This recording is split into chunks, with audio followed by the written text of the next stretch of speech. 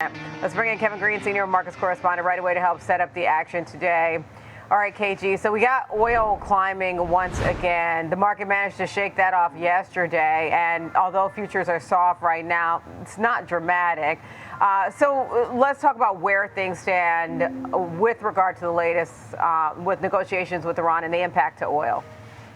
Well, we are seeing obviously a breakdown when it comes to these peace negotiations. As you talked about in the opening here, President Trump basically stating that the current ceasefire is on life support at the moment. And that's why we are seeing crude oil move a little bit higher. There's also some reports about repositioning of military forces on both sides here over the last 24 hours. So the risk of energy infrastructure in some of the Gulf countries is kind of rising to the upside. And that's another reason why we are seeing WTI break above that $100 level. Now, that has been an area of resistance. We have seen some news reports coming around, especially when we got across that $100 level for WTI, which really tries to knock down the price. But if you're looking at it from a technical standpoint, crude oil has been more in a consolidation, a $20 consolidation, but a consolidation nonetheless. And it is still in a bullish formation here. And if we do see an increase in hostilities, obviously that could push prices higher. Now, the equity markets have been able to shrug that off.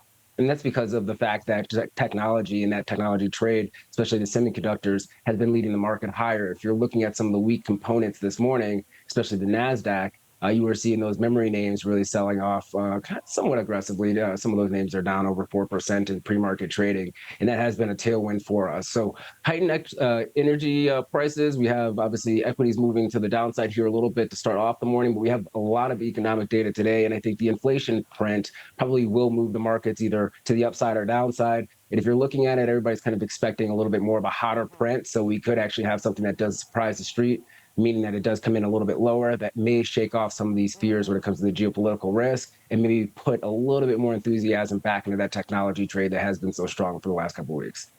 Okay, so all eyes on CPI for today, which comes ahead of PPI.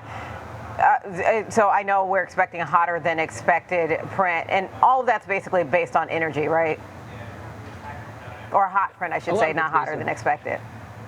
Yeah, I would say a lot of that's based on energy. If we look at last month, we saw the energy component or the energy index component of CPI increasing by 10.9% on a month-over-month basis, which seems like a lot. And it was actually the largest monthly gain that we've seen since 2005. But you did not see I wouldn't say one-to-one impact, or you did not see the direct correlation of gasoline prices within that print aggressively move higher. A lot of that push was because of diesel or fuel oil that really pushed that higher. Now, if you look at diesel for the month of the month of April, you could actually see that it also increased by another 10.5% if you're looking at retail prices, and gasoline actually moved up a little bit higher. So the market's already pricing in a relatively hot print on the energy component. I think there's two big wild cards that you will have. The first wild card is going to be the food at home and food away from home component. The food at home component is talking about the actual goods, the vegetables, the meats that you buy at the store. Have we seen those prices actually rise to the upside? We have, and you are seeing maybe some drought pressure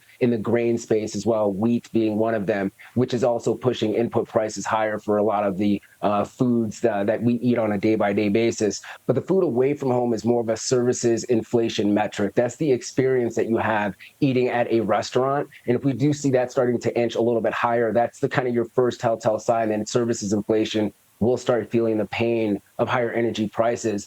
The other major component that could actually drag this down is going to be the shelter component. Last month, we saw that increase by 0.3%. It's been coming in all over the place. 2 months ago, it was at 0.4%, and it would drop down to 0.2% month over month increase. And then last month, we had 0.3. If you actually see that number coming down at a 0.2%, that can actually offset a significant amount of the energy inflation within this print, because shelter is around 35% of the overall component for headline CPI. So I think the market's really pricing in, obviously, a very hot print, and rightfully so. I think the gasoline component can bring it over the top if we start seeing that catch up when it comes to prices within the data.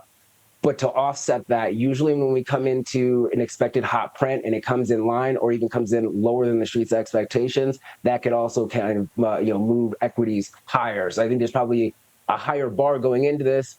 I would not be surprised if it actually comes in lighter than the street's expectations. Yes, we have the energy component that's going to be a problem. But at the end of the day, if we are not seeing it on the services side, we might be able to contain this at least for this print. Now, in the next couple of months, Diane, it's anybody's guess, but right now, I think this probably sets up for a little bit more of a bullish move than bearish move for equities. Okay, and let's talk about a couple of earnings movers that you're across. AST Spacemobile, that stock is down in the pre-market, but it has had a strong year over the past year. It looks like it was a big miss on expectations. Walk us through your takeaways here.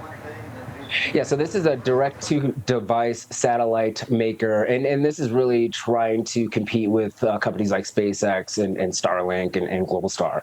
But at the end of the day, this is a volatile company when it comes to the fundamentals because they are still building up their business. Revenue actually came in at $14.74 million. Street was looking for $37.63 million. So a significant miss on the top line here, but an increase of around 1,952% on a year-over-year basis. Once again, very low bar, kind of a startup type of company here when you're looking at it. The adjusted earnings per share came in at a loss of 66 cents. Street was looking for around a loss of 23 cents here. And they really discussed the revenue decline as to the timing of this gateway deployment to commercial customers as well as government contracts. Their milestones, it looks like they actually missed the quarter reporting period here. Now they plan to really try to ramp this company up and really try to be profitable by 2028. Now Wall Street does believe that they are going to be cash flow positive by 2028. The cash burn that's expected for 2026 is setting up for around $1.6 billion. In 2027, the hope is for $800 million for the cash burn, and then once again free cash flow positive in 2028. So seeing the shares moving back to the downside here, about over 10%. But this is a very, very volatile name. It does have a niche type of market. It's getting a little bit competitive, but at the end of the day, there's only a certain amount of companies that actually have this exposure over the long term when it comes to space and satellites. And so because SpaceX right now is not publicly traded, AST is probably seeing a significant amount of flows to get that exposure right now. Yeah, I've seen that even with an ETF that has that as one of its major components for those who want that SpaceX exposure but don't have it yet. Let's talk about HIMS. That stock is under major pressure, extending what's been a downtrend all year. Walk us through the numbers here. Yeah, fundamentally, we are still seeing weakness when it comes to this name, but the guidance was actually better than the street's expectation, but we are seeing a pullback. Revenue came in at $608.1 million. Street was looking for $616.8 million. And the adjusted earnings per share loss came in at 40 cents. Street was actually looking for a positive gain for the quarter of 4 cents. Now, this is because of the strategic pivot from compounded GLP-1s.